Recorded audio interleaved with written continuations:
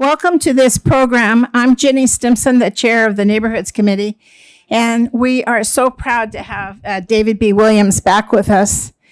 I was introduced to David B. Williams by Nancy Olson when we were doing some other collection of programs, and she said, you've got to read these two books, Too High and Too Steep and Seattle Walks. And I got hooked, and I've been hooked ever since. And David was so generous to us during COVID that he would do Zoom talks for us and take our questions and interact with us. So he's been a part of our programs here. He actually did this program once before, but as I've talked to people in Horizon House, some people who are new to Seattle or the history of Seattle say they didn't know much about this regrading. And you cannot live in Seattle and not know this story. So I said to David, would you come and do it again? And he is so gracious to come. So I think that you'll find that he has information, humor, and it'll be a wonderful evening. He also brought books that you could buy afterward.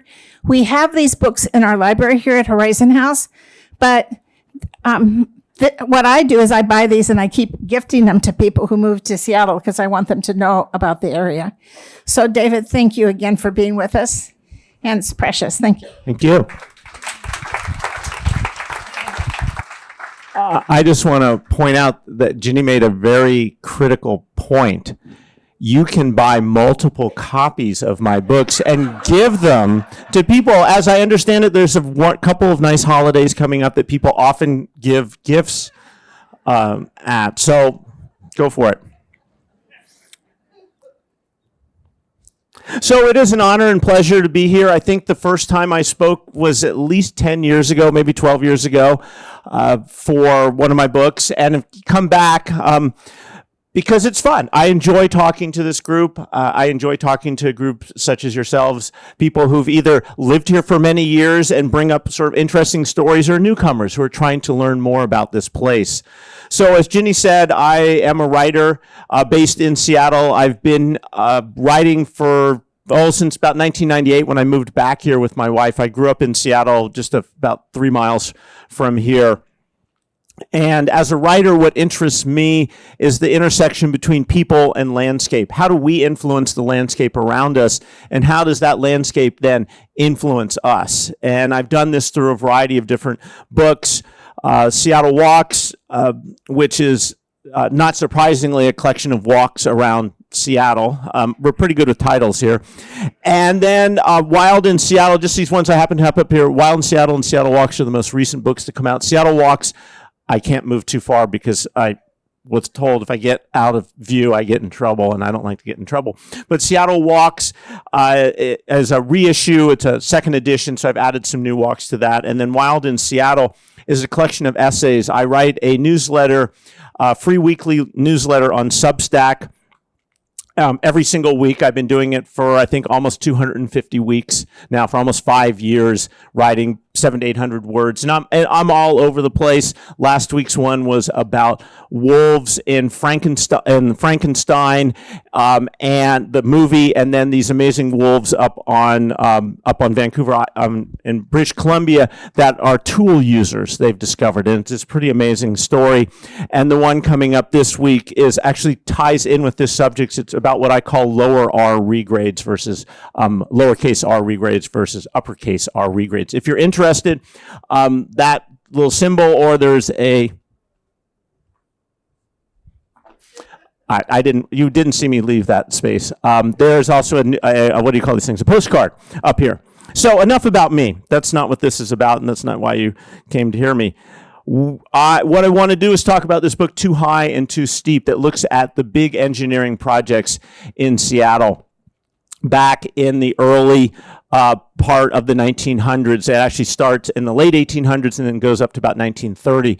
And I always like to bring up this idea that, people who live in Seattle, modern Seattle, particularly in the 2000s, think that the city is undergoing change, and it's nothing Nothing compared with what went on in the past. And those are the stories I want to share, because Seattle, more so than most places, is so influenced by its landscape.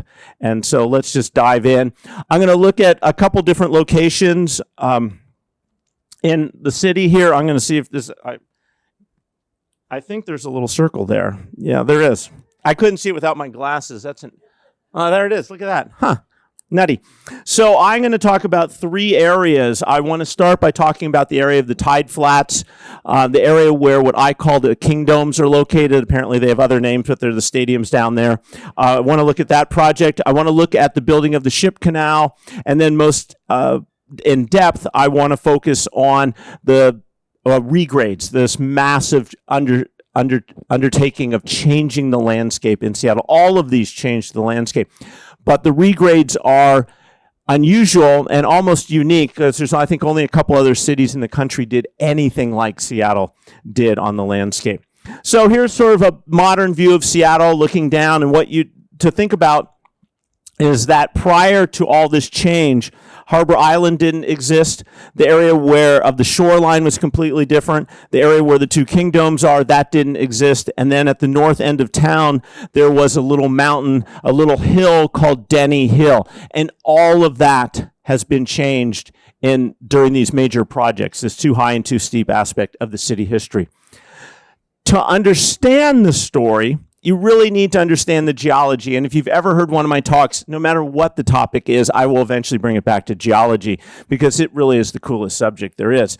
But what we need to look at is this big mass of ice that came out of Canada. It's called the Puget Lobe of the Cordilleran ice sheet. It started coming in, moving into the U.S., well, roughly into this area, about 17,500 years ago. It plowed, as you can see, between the Cascades and the Olympic Mountains, and made it down to just a little bit past Olympia. And at its greatest extent, about 16,500 years ago, roughly, it was in the Seattle area, it was 3,000 feet thick, or look out, 5 space needles in depth in the landscape. In the north, up in Bellingham, it was about 1 mile thick, and at its mouth, down at the lower end, is probably about 1,000 feet thick. So this is a massive, massive sheet of ice. And as that ice moved through the landscape, what it did was create 2 large features on the land. One are the troughs of this area. So Puget Sound, Lake Washington, Lake Sammamish. They weren't actually carved by ice. Puget Sound, everyone thinks, oh, it was carved by ice. No, it was actually carved by water flowing underneath the ice. If you've ever been to the mouth of a glacier, you know there's just gobs of water washing out. Well, if it's 3,000 feet thick, it's gobs and gobs and gobs of water. So it excavates down, that water cuts into the material and carves out Puget Sound, Lake Washington, and Lake Sammamish. Puget Sound, 900 feet deep. This is a very deep body of water. Compare areas like Chesapeake Bay or San Francisco Bay. They're just little shallow puddles relative to Puget Sound, and even Lake Washington, over 200 feet deep. And then there are the flutes. The flutes are really the sculpted part of the landscape. So another way to think about that is this map right here. It's color-coded with the reddish color is the high elevation, and the green are the lower elevations. But what you can clearly see is the striations, the general trend of north-south running ridges and valleys. Think of the ice sheet as a big rake scraping the landscape. And just like if you take a rake, you create a bunch of nice furrows. Seattle is a furrowed landscape. And that's the problem with Seattle. One of the problems. Think about moving through the city. I can tell you exactly. I had to drive from the north end today, from up around Northgate coming down. It took me almost 45, 50 minutes to get here because I-5 had an issue on it. And Seattle, there's very few places that go north-south. It's really hard to move that way in the city. Where my wife's family's from in Tucson, perfectly flat valley. If you're going somewhere you don't like that road, you go one road over, you go one road over, you go one road over. We can't do that here. We have this challenging topography. And if you go east-west, you have another issue.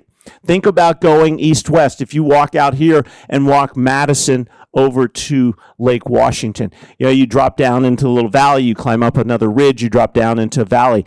East-west is much more challenging because you're basically going through a raked landscape, and you're cutting across it. So that's the sort of general picture, and it's going to be the changes in this landscape that I want to share and talk about. So the first one I want to talk about is the filling in of the Duwamish tideflats. So this is a modern view from Beacon Hill looking to the north. Here are the two stadiums right here, downtown up here. This is the modern view. Here's basically the same view in 1884. Very different. So the area where the stadiums are located, where the kingdoms are, if you were here at high tide, that entire lowland area from Beacon Hill on the east to West Seattle in the west would be underwater, would basically be a sheet of water, maybe 8 or 10 feet deep. And then at low tide, it would flow out and you'd have this expanse of mud. If you've been down to the Billy Frank National Wildlife Refuge down by Nisqually, that's exactly what it was like. Fills in with high tide, empties out at low tide. And this area was very problematic because Seattle was a striving city. It wanted to be a great city. So they wanted that space to be used. How do you use a landscape that changes every 6 hours? The way you do it is you fill it in. You basically deposit sediment into that area. What they did was they had a machine, they had a boat called the two boats called the Anaconda and the Python.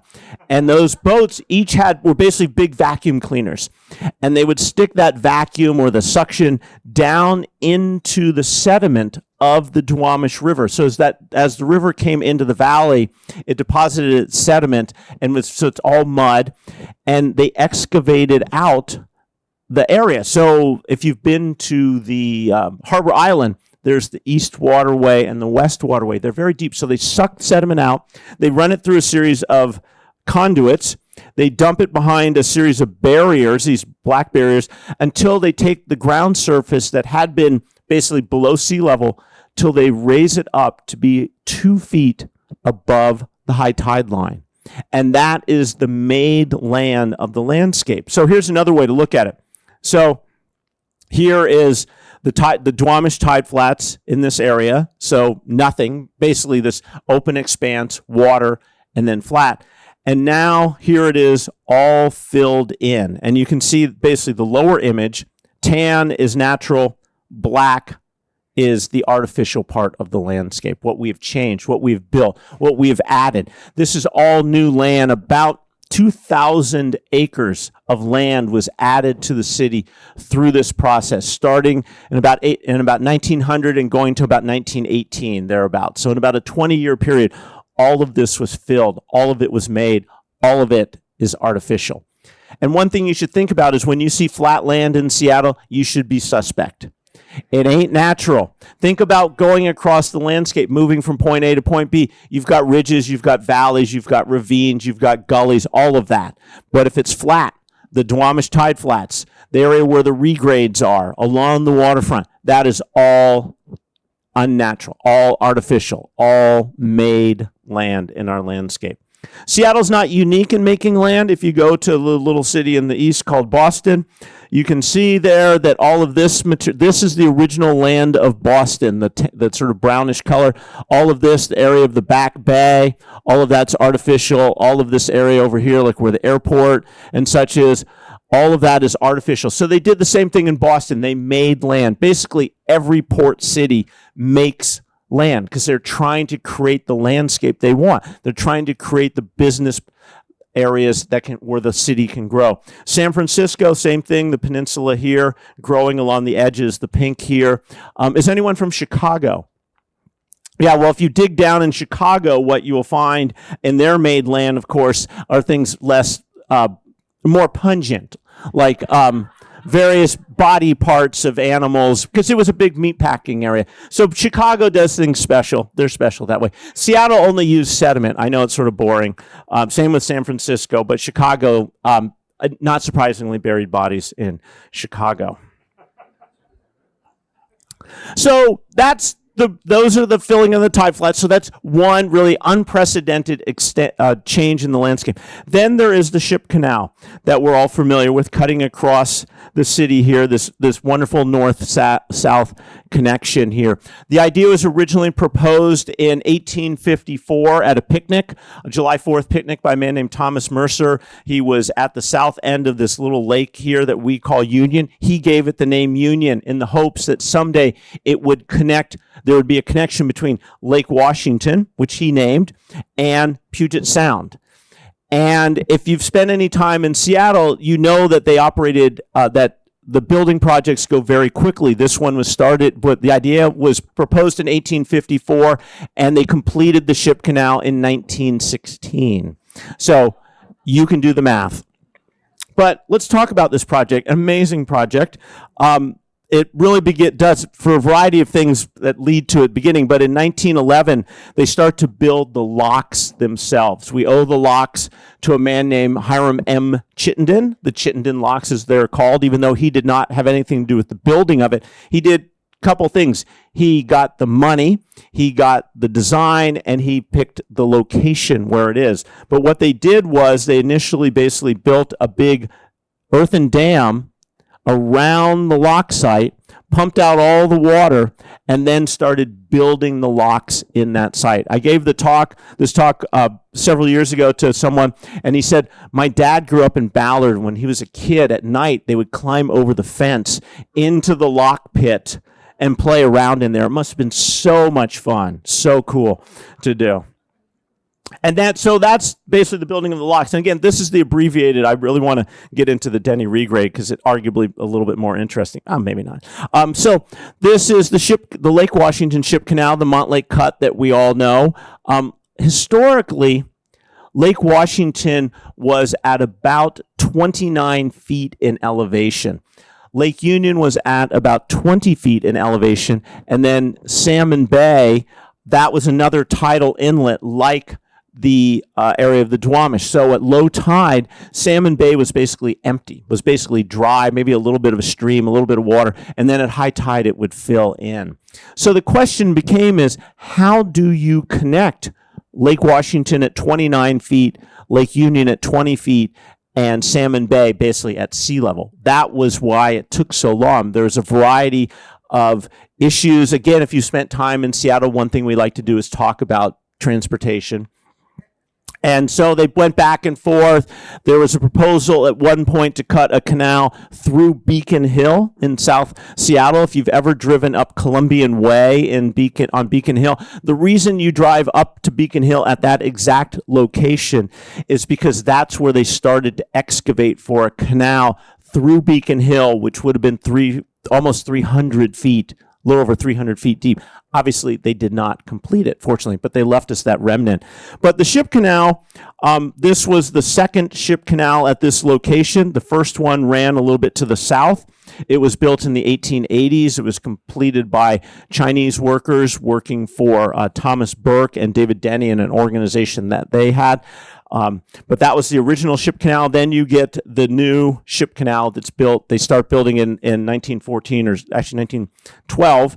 And when they start building it, what they do, let me go back one, sorry, is at the west end, down at this far end right here, they built a coffer dam or a temporary dam. And then at the east end, they built a gate system there and I'll come back to that in a second. So at this west end, there's a dam. So they build the dam, they excavate or they take out all the water that's in the area. They then excavate down to the depth that they want the ship canal to be at. The problem is when they're doing it, the north side of the ship canal is slumping a little bit. But they figure when we put water in, everything will be fine. So they blow up the ship this cofferdam. They literally blow up this mouth right here. All the water rushes in and flows into the ship canal. So again, where we are looking to the west here. We're looking into Union Bay, or to Portage Bay area over here, and looking to where Barbara Garland used to live, because I'm sure all of you are familiar with where Barbara used to live, just as a place, important place of my youth, because I went to high school with her son. But so they blow it up, they let all the water. There was one problem. The north side continues to slump despite all their plans. So what they do is they build a second coffer dam at the exact location. They excavate out, they get all the water out, they excavate, they line the north side, everything's great. They blow up the cofferdam for a second time. The north side is perfectly stable. The south side now starts to slump. So that's a bit of a problem. So what they do is they wait a couple of years until 1916. They build a third cofferdam. They eventually blow that one up and everything is fine. So 3 cofferdams across this site. Once that's done in 1916, in August of 1916, they then go to the east side and there's a gate system here. They lift the gates up slowly and they allow water from Lake Washington, still at 29 feet in elevation. Lake Union still at 20 feet in elevation. They allow water to flow from Lake Washington into the Montlake Cut, which then flows into Lake Union, which then flows into the Fremont Cut, that then flows behind the locks that are completed. And over about a 3-month period, they lower Lake Washington from 29 feet down to its present elevation, about 20 feet above sea level. And the locks are completed. It only took from 1854 to 1916, give or take. So again, an unprecedented project in Seattle. There's no other city that has a lock system like it. In fact, the other 2 cool things about the locks. One, it's, I think, the only locks in the U.S. you can actually walk across, style that you can walk across. And the other, next time you're standing at the locks, look out to Puget Sound. You cannot see Puget Sound from where the locks are located. They're set just far enough back because there was some concern that the enemy bombardment, that some ship would come down and would see the locks and be able to blow it up. And that's why you can't see the Puget Sound. So you're going to have so much fun at your next cocktail party with all this great information. And if you forget it, there's some great books up here. So let's look at this project. This is the big project. This is the famous photo of Seattle. It was taken by Ashel Curtis. Thank you. Just my brain just sometime in probably about May of 1910. The photographer is looking south into the downtown area. He was located about 4th and a little bit north of 4th and Blanchard Street, looking, and these mounds that we have here, this one on the right, this one in the middle, and the one on the left, I'm going to come back to more, but these were known as spite mounds, and I'll tell you why. But the idea and the origin of the title of the book was that the hills were in the way. They were too high and too steep, and inevitably they had to be removed. So what you're seeing here in the landscape, these mounds, these are the leftover remnants of a hill. So at one point, the top of this mound, the top of this mound, and the top of this mound were all one level surface. Think of this as a giant cake, and these are the 3 pieces left after a group of rambunctious kids have pulled apart the cake, and there's just these pieces. It used to be solid. It is now, these 3 pieces are what is left. The reason they were viewed as in the way is because Seattle, as it grew, came up in elevation. So Seattle starts at Pioneer Square, basically right at sea level. And as the city grows and moves to the north, by the time it reaches Pike Place Market, about a mile to the north, the land has come up in elevation about 100 feet. Then Denny Hill is right there. The land rises another 100 feet in the next block and a half. So basically you have this nice level slope and then a big step, and that was in the way of progress. And the thought was that, and this is a quote from the day, is that if you could get rid of the hill, then business would flow unhampered in its natural channels. So that was the driver. Seattle again, if you've spent any time here, you know that Seattle has long and sort of continues to be an insecure city. We always want to be world class. And so we were always trying, what do we do? How do we make this a world class city? So you have these people who have the destiny. Seattle is going to be great. And this is one of the projects. So where exactly was Denny Hill? Let's look on the landscape. This area right here is the Seattle Center. Here is the old viaduct. Sorry, I have an old map, but I don't know how to change it. Well, I do, but that's another story. So here's the hill. Like every hill in Seattle, it runs or ran due north-south. It started low in the north, rose up to a high point. The blue stars are the high points. And then this south end, at this bottom down here, the bottom south end of it, it dropped 100 feet in elevation in that. And I'll show you a photo of that in a second. Excuse me. So there were 5 regrades of Denny Hill. The first one in 1897, about 100,000 cubic yards of material. The second one in 1903, about 600,000. The third one, another 600,000. The fourth one, 5.5 million cubic yards of material. And then the final one, 4.5 million. So roughly 11 to 11.5 million cubic yards of material. To put that in perspective, one perspective is when the Bertha, the big tunnel boring machine that got stuck, when she excavated the tunnel under Seattle for the new State Route 99, she moved about 900,000 cubic yards. So this is a huge project. How big was this project? This was 11 to 11.5 million times.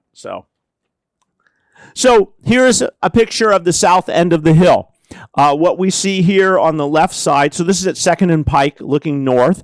The left side is the product of the second regrade, the 1903 regrade. And you can see, and I'll come back to the details on how all this works. You can see that they basically just sort of set a boundary and cut to that edge. This hotel, this was the Denny or the Washington Hotel. They started work on it in 1889 after Seattle's Great Fire. And interestingly, this was the hotel, this was the building that gave Denny Hill its name. Prior to 1889, this was known as Capitol Hill. The reason it was known as Capitol Hill is that Arthur Denny, who owned this property, had set it aside 10 acres for what would be the state capital. Wisely, Daniel Bagley said, it'd be better if we had the state university. And so we got the university, and this area was considered too far from where people were living in Seattle. It's about 1.5 miles north of the city. So they started working on it in 1889. They work on it for about 4 years. They run out of money in 1893. It sits empty for 4 years. 4 or 5 years, it gets bought by a man named James Moore. You may know his name from the Moore Theater and the man who developed Capitol Hill. And then he opens it soon after. His first guest is Teddy Roosevelt. The other feature to notice are these white lines down here. These are logs holding up the south end of the hill. Remember, from this street to the entrance to this hotel, 100 feet in elevation. So it was a bit problematic. So Moore had a brilliant idea. He built a little railroad. Exactly. In fact, it was people, just to give you an idea of how exciting Seattle was back when this was in. This is like 1905, 1906. People would come down and just ride that back and forth, back and forth. But again, it's this. So in the third regrade, the hotel is leveled because the hotel was in the way of progress. They'd only opened it 3 years earlier, but it was still in the way, and we had to regrade the hill. So how do you regrade a hill? Well, you regrade a hill with water. So let's go back to the ice coming into Seattle. As this sheet of ice moves into the Seattle area 16,000 years ago, it leads to the deposition of 3 layers of material. So if you take any hill in Seattle, cut it open, the lower 1/2 to 1/3 of that hill is made of clay. The next 1/2 to 1/3 of that hill is sand and silt. And then the top layer of the hill, the thin sort of icing, if you will, on the cake, is known as till, and it's the ground up material. So every hill in Seattle is basically a big pile of dirt. And we all know that the great best way to get rid of a big pile of dirt is with a big hose. This is known as a hydraulic giant or hydraulic cannon. This was technology that had been developed in the California Gold Rush, the Klondike Gold Rush. You basically take water in a big pipe, feed it through subsequently smaller pipes until it shoots out under high pressure. We've all done this. You put your thumb in front of a hose, the pressure goes up. They just had a really big hose. So they turned it on the hill. They just start washing it away. Every once in a while, they hit a lens in that clay or in the sand that was a little harder.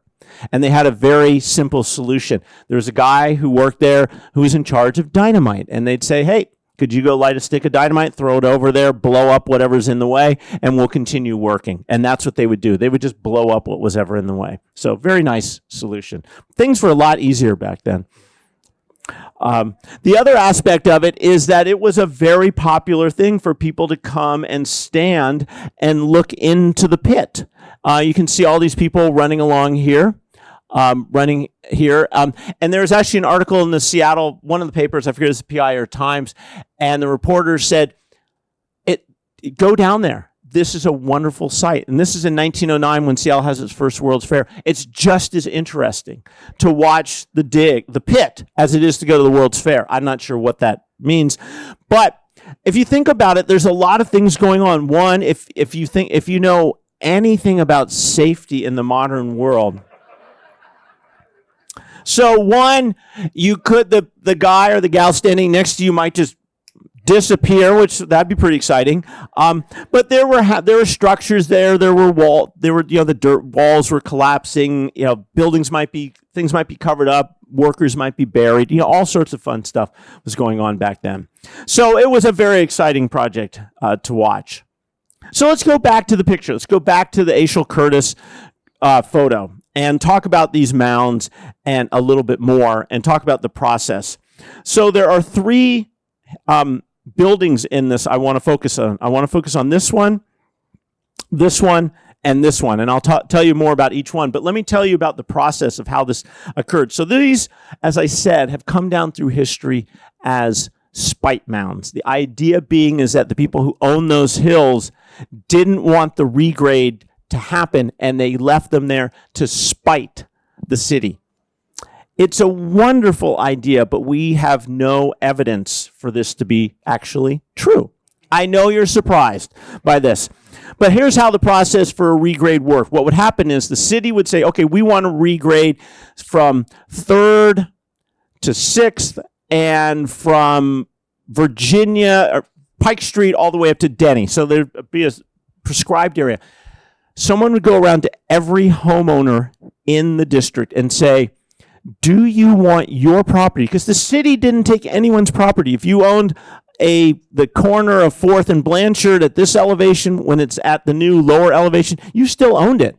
It's just 100 feet lower, however much lower, but it's still yours. So they would say, do you want this to happen? If you do, sign this petition. Once they got more than 50% of the houses in that area of the homeowners who said yes, then they would go ahead with the regrade. And this was usually 90-95%. This was not terribly controversial. So once it then went to the city council would then vote on it, come up with the exact boundaries and this, that's, and the others of that, what's going to be regraded. They would then pass a piece of legislation called a local improvement district to fund the regrade. So what would happen is the people would go back out to these properties and they go, how much is this homeowner going to benefit or suffer from their property being lowered from this elevation down to that new elevation? That assessment, that fee would then be paid to the city. So the homeowners paid for the regrade. The city didn't pay for the regrade except through the homeowners who'd given them the money. But, and this is a big but, the city was only responsible for curb to curb. If you wanted your property lowered, you signed a second piece of paper to work with the contractor who, when the contractor was working on the city property, would also lower your property down to the new elevation. So we know that this mound in the right here and this one just behind number 3 were owned by one man, a guy named James Kelly. And when the paperwork was going on, he was up in the Klondike. He didn't get the paperwork. He gets back to Seattle in November of 1910, immediately signs the paperwork, and in fact says to a reporter, I would do nothing to spite the city. I wanted this project to occur. I just wasn't here. And spite mound sounds a lot more interesting than paperwork mound or bureaucracy mound. So by January of 1911 or February 1911, the mounds are gone. So I'll sort of show you this. So these 3 houses we're going to see move and change in the landscape. House number 1, the next time we see house number 1, it's going to be on the other side of this mound right here. And then we're going to see house 2 and house 3 will actually never move. 2 will move. So let's look at this. So here's house number 1. Right here on a mound. And people always tell me, we see these pictures and there's a house on the mound and there's maybe this one. And the reason it was left there is that the person who owned this, a man named Mickelson, it was an apartment house, there were about 5 or 6 people living there, had been living there. He wanted his property, his house, down on the new elevation. Well, you can't lower a house down to a new elevation unless the new elevation exists. So he leaves his house there until the ground around it is lowered. So here's house number 3. It's already been lowered down. So they start work on it. These are the hydraulic giants. You can see they are washing away the hills. They collect all the water. They feed the water through a series of pipes and conduits out into Elliott Bay. So here's notice the date, November 1909. 1 month later, here is Mr. Mickelson's apartment complex on these, what was that? Stilts. That's a good word. I'll go with stilts. What you can't see is that underneath the house, there are a series of beams underneath the house that have been put under the house. And under those beams are jacks. The old type jack where you turn a crank and the little arm comes out. Well, we don't know exactly what happened here. We don't have the exact records, but we know of another house that was moved during the regrade time, roughly within the same period of time. And it wasn't lowered. It was actually raised up about 10 or 12 feet. And what we know happened is that there was about 400 jacks under this building, and there would be a team of workers under the house, and each member of the team was responsible for a handful of jacks. So someone would blow a whistle. They would turn their jack a quarter turn. They'd go to the next one, blow, turn, blow, turn. And by this process of slowly lifting and then shifting and lifting and shifting and lifting and shifting, they could either raise a house up or they could stair step a house down to its new elevation. Sometimes they would just move a house across the city. Some of the houses weren't lowered. What they would do is a similar thing. They had these beams underneath. They would lower the house onto little wooden carts, if you will. They would then rest the carts on trolley tracks that they would lay down, and they would pull the house across the landscape to wherever it needed to be. And they might move it a mile across the city. So the Mickelson apartment eventually gets lowered down, and here it is, almost on the ground. The Mickelson apartment never actually gets down to the ground level. By way of placement, this is the Moore Theater. Here's house number 3, the hydraulic giants here. So we're going to now look to the south. We're going to look to the north. So here's the Mickelson apartment in the middle. Here is house number 1. That house they had slid that house across the landscape from a higher elevation down to this new location, as you can see right in front of that middle mound there. The Mickelson house, oddly enough, is never lowered down to the ground. What they do is they build a new first floor underneath it and just leave the house right there. So here's the house a few years later. Here's the Mickelson apartment building right here. The mounds are gone. Here's house number 3. Here's the edge of the regrade district over here. Here's Lake Union in the background. Here's Queen Anne Hill up here. Those of you who went to Queen Anne High School, it's right there. So the Mickelson apartment stays till about the 1950s. Here it is on the right, the new first floor here. And then they decide for progress, they level it and they convert it into a really nice parking lot. So as far as I've been able to tell, there is one house from the Denny regrade still in existence. Anyone know where it is?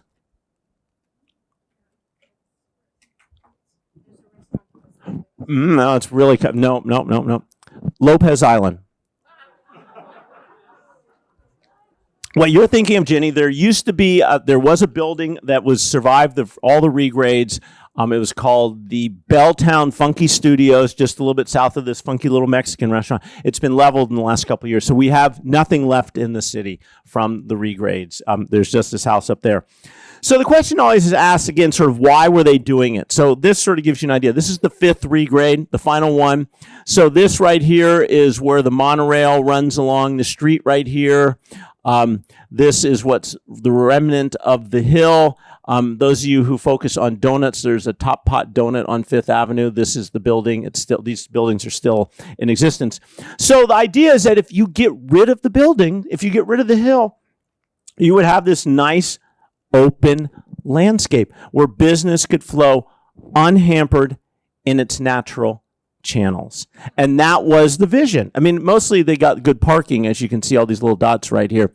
But I'm going to talk a little bit more about sort of how this fits in with the whole story, but I want to look at the 5th regrade. The 5th regrade is really different. Instead of using water, they used basically steam shovels.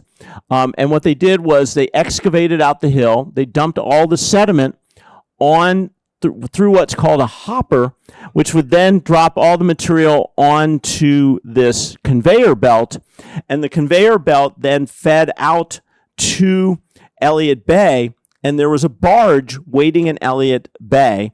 The barge was flat on the top, flat on the bottom, and between the top and bottom decks, which were mirror images of each other, there were 2 tanks that ran down the length of the barge. So what they would do is they would tow the barge out filled with sediment and tow it out into Elliott Bay. They'd then open a little hole in one of those tanks. It would fill with water. It would become topsy-turvy. It would flip over, and it would dump all that sediment into the water, which is really cool. So let me, if I can do this, get my glasses. If I can do this, make this work. Okay, let's see. How do I turn that off? No. Just a sec. This is highly technological.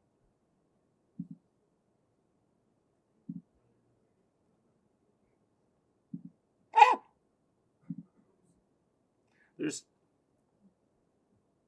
How do I get out of the little dot now? I'm toggling it off. I thought. I know I see it. I don't want it. I want a cursor, and it's not cursing. I love that we have technology here, and I'm an idiot. So, yeah. There's a video back here, and I can't activate it because I think this is. Oh my God! Aren't you clever? Thank you.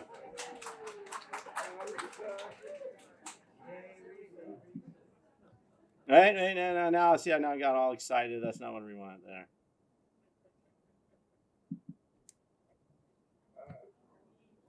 So, amazingly enough, there's footage of this project, of the Denny regrade. So there's the shovel scooping.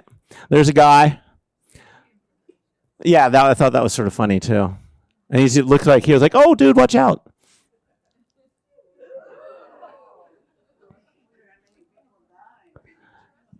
Yeah. So all the material. So then the sediment goes out to the barge. The barge is going to be filled with material, towed out, and it's getting exciting. Here it comes.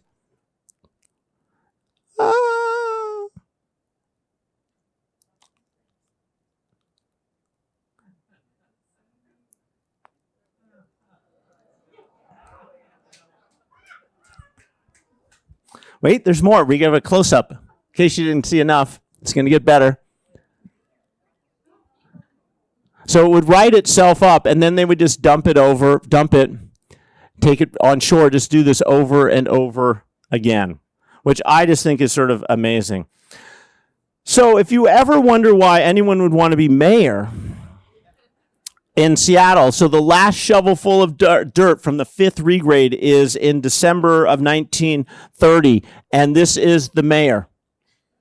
He is very happy at this moment because he knows after 34 years, they've started this in 1897, it's now 1930, so 33 years of work on this project. He knows that they have completed it, that business is going to flow unhampered in its natural channels in the ideal financial situation of the 1930s. So we know there's a little bit of an issue, and we know that nothing really happens there. I'm going to come back for that for a while. I just love that image. But I also want to point out something, and everything that I've just told you about Denny Hill being gone is a lie, because Denny Hill still exists. So this is Elliott Bay. This blue is deep water. This reddish right here, this is Denny Hill. As I said, 11 to 11.5 million, roughly about 10 million cubic yards of material. People often, I've had people tell me that, oh, Harbor Island was made with Denny Hill. No, basically almost all of Denny Hill was dumped in the water, and it's right there. Usually, I know usually the week following when I do this talk, Ginny will leave a dive down there. She'll go off and she'll dive in, and anyone who wants to go with her, swim down and explore Denny, right? Do you usually do that? Yeah. Oh, yeah, she said, see, pressure's on her. But I want to think about the big picture here of Seattle. And so this is Seattle, 1890. This is just after the Great Fire. And I want to think about the story of Seattle. As I said, this was a city of strivers. And if you think about the people who came out here, the settlers who moved out here, they were going as far west as they could. They were going to the edge of the continent, and they were going to create a great city. And if it meant that they needed to fill in the area of the Duwamish tideflats, they're going to do it. If it meant that they needed to completely replumb Lake Washington and Lake Union, they were going to do it. If it meant that they needed to regrade the city, they were going to do it because they wanted to make this into a great city. And I think it became part of the DNA of Seattle that we're always trying to figure out, how do we adapt to this challenging landscape? As I said at the very beginning, think about moving through Seattle. This was the challenge, and it became part of the story of Seattle. And where it's changed, though, is that those first settlers who arrived, they came with this idea that they were going to change the landscape. They were going to change the city to make it work for them. What's different now is that we may want change, but we now worry about the change, that the landscape's going to change us. We have, what have been the major projects in Seattle over the last few years? Building projects. One, the elimination of this concrete ribbon of the viaduct and the replacement of the seawall. The reason is that we understand the geology in a way that people, even as recently in the 1960s, had no understanding of Seattle. We have 3 major earthquake zones underneath us. The most recent one went in 2001. We have another one that went on January 26th of 1700, and we have another one that went in either 923 or 924. Each of them, particularly the 1700 and the 923, were huge earthquakes, and when they go, it's going to be ugly. So we are now worried about change. We're worried about the landscape changing us. But I also think that we really wouldn't want it any other way. And I don't say that facetiously. What makes Seattle gorgeous, what makes Seattle arguably the most beautiful place to live in a city, is the geology, the landscape, the challenges, the topography, the mountains, the sound. What is here is what defines us as a place. And I think, to me, you cannot really separate the story of Seattle from the story of its landscape. And we are going to continue to think about, how do we adapt? How do we change the landscape? But I also think that the landscape is going to continue to do the same thing. It's going to continue to change us. Thank you.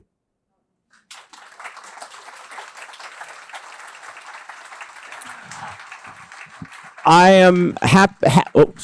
I am happy to answer questions, but you will need to speak into the mic because this is being recorded for prosperity or posterity. I don't know what that is. When they lowered those houses, and they were down, there was no sewer, water, or electricity. For how long? That's a good question. What was the sort of the story of the sewer and such when they lowered the houses? You know, to be honest, I did not track down that information, but I know when they were rebuilding everything, when they knew what was coming. So when the streets were regraded, they would then, my guess is that they put the new sewer, all this infrastructure went in at the same time. So when the houses were dropped down to the new elevation, it was there and ready for them to be, yeah.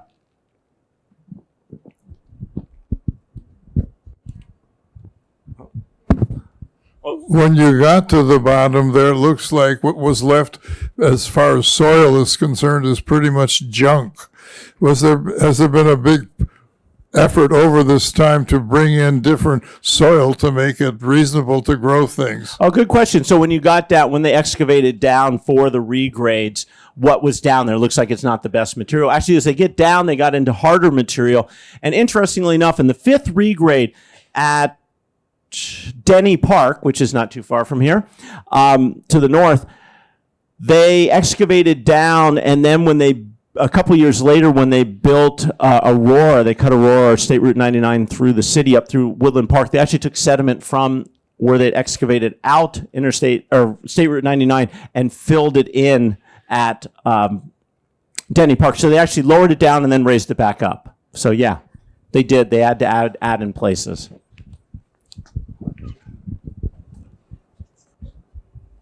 Was there any attempt to preserve artifacts that were captured during when all this soil was being moved around? Yeah, well, good question. Was there any attempts to preserve what may have been found? We know that there were a couple of mastodon or mammoth teeth were found. There's one or two that are at the Burke Museum. And I spent a lot of time trying to figure out what's in the records, what do we know? And my guess is things that were found just disappeared. But no, there's very little. From the Denny, there was a school at the north end, the Denny School, that was taken down in the fifth regrade. The piano from that is still in existence. But basically, no. And I know they made some wood products from one of the buildings, and I've never been able to find any of them. And they must exist somewhere in someone's house. So I've lost track of when actually they moved the bodies from the graveyard that was in Denny Park and moved them up to the north end. Oh, I like it. We're going dark. Speaking of things that were buried. Speaking of things, so Denny Park originally was the property that had the first person to claim it, European, David Denny, he and his wife Louisa. They donate it to the city. It becomes a cemetery. And then in the late 1890s, or even actually a little bit before that, they realized that the cemetery is too close to where people are. So they excavate all the bodies, dig them up, take them up to Volunteer Park. And then Volunteer Park wasn't right. So they then move them to the park next door. So they're well traveled. Lucky them, I think. Oh, another question. In all this sluiced water, did they recover any gold? Great question. Did they recover any gold? That was one of the things I did look for. I tried to see if there was any record in any of these big projects of land movement or anything of gold. I never came across any record of it. So doesn't mean it wasn't found. I mean, certainly not in this area, there would have been no natural gold. The gold would have been something maybe that had fallen out during when they came down from Alaska. Someone was carrying it. But again, I looked to try and see if there's any information, and not that I didn't find it, doesn't mean it doesn't exist. But yeah, it's a fun question. Where the stadiums are, that's fill. And I'm wondering how it is strong enough to support the stadiums, or is that why there are no high-rises in that area? Oh, good question. So the stadiums or the King... Oh, I don't have my Kingdom pin on, so I'm sorry. So those two stadiums were built, fortunately, after we understood all three of the major fault zones in Seattle. So they would be anchored deeply into the ground. So I know for certain, another building nearby that was built in the last handful of years, the Weyerhaeuser built headquarters now in Pioneer Square area at Occidental Park. That has something like 100 of these massive concrete piles sunk into they hit hard ground. Same thing with the stadiums. In fact, both stadiums are built with the understanding of the faults and such.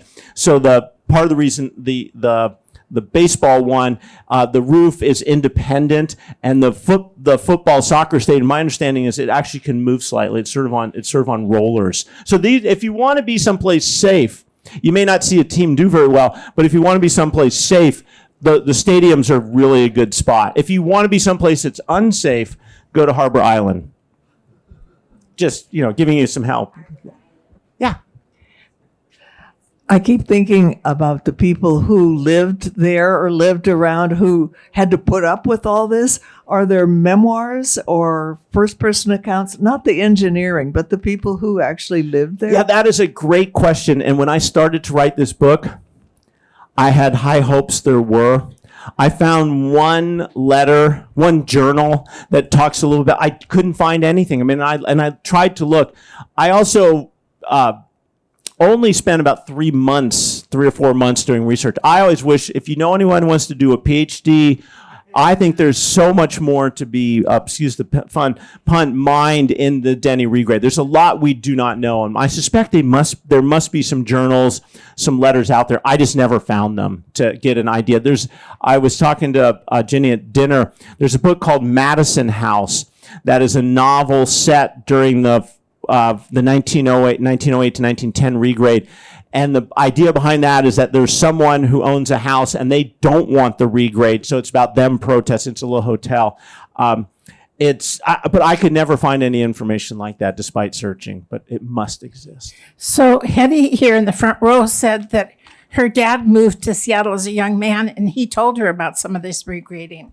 Oh. So right here. So I'll just say that there's a source. There's a source. Excellent. Yeah. I mean, I know you had to have, because it was such an amazing. I mean, the one person I did find during the 5th regrade, there is a legendary photo of a house that's on a little mound there in the 5th regrade. It's basically where the Melinda Gates Foundation is. I'm going to just call it Melinda Gates French Foundation. That area where there was a house that was on a little mound, and it stayed for like 12, 15 years after the regrade, because the family that lived there didn't want their house lowered down. So they never signed any of the paperwork. So their house, and I tracked down a guy who grew up in the house. And he said it was pretty cool growing up there. He said you'd roam around that whole district, the regrade district, and there was piles of this and piles of that. You could roam around. He says a totally cool place as a kid to live. But that's the only person I ever found who I had a firsthand account. I thought that was really fun. It's a really neat house. It was a fun house. Yes. If you go back to your last question about the flats, the Duwamish flats, there's a book called Edge of Seattle, which is a very interesting history of the area of the flats, because people who were of not white were not allowed north of Yesler Avenue. Right. And everybody, if you were an Indian or you were a black or anything else, you had to live south.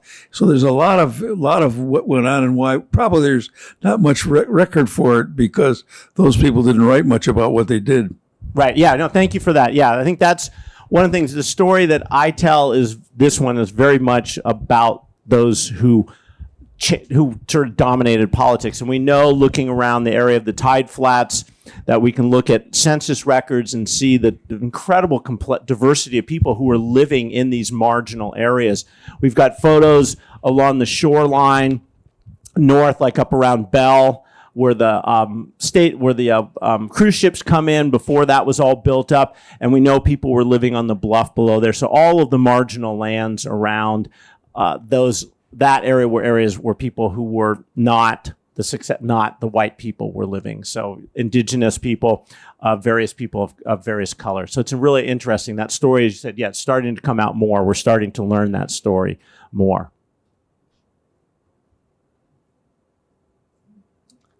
So I'm not seeing any more questions, David. okay, well, so my mom says these books are pretty good. I can take a cash check or credit card. They're all about $25. They're make a wonderful present. And if you're interested in my newsletter, there's information on this. Again, for me, what I love about the newsletter is it's about a community. It's about sharing information. And I love this fact that I'm able to basically have dialogue with people through the newsletters, and people share information. It's fun, and mostly what I want to say is thank you for having me. This is, as usual, I said, always my pleasure coming.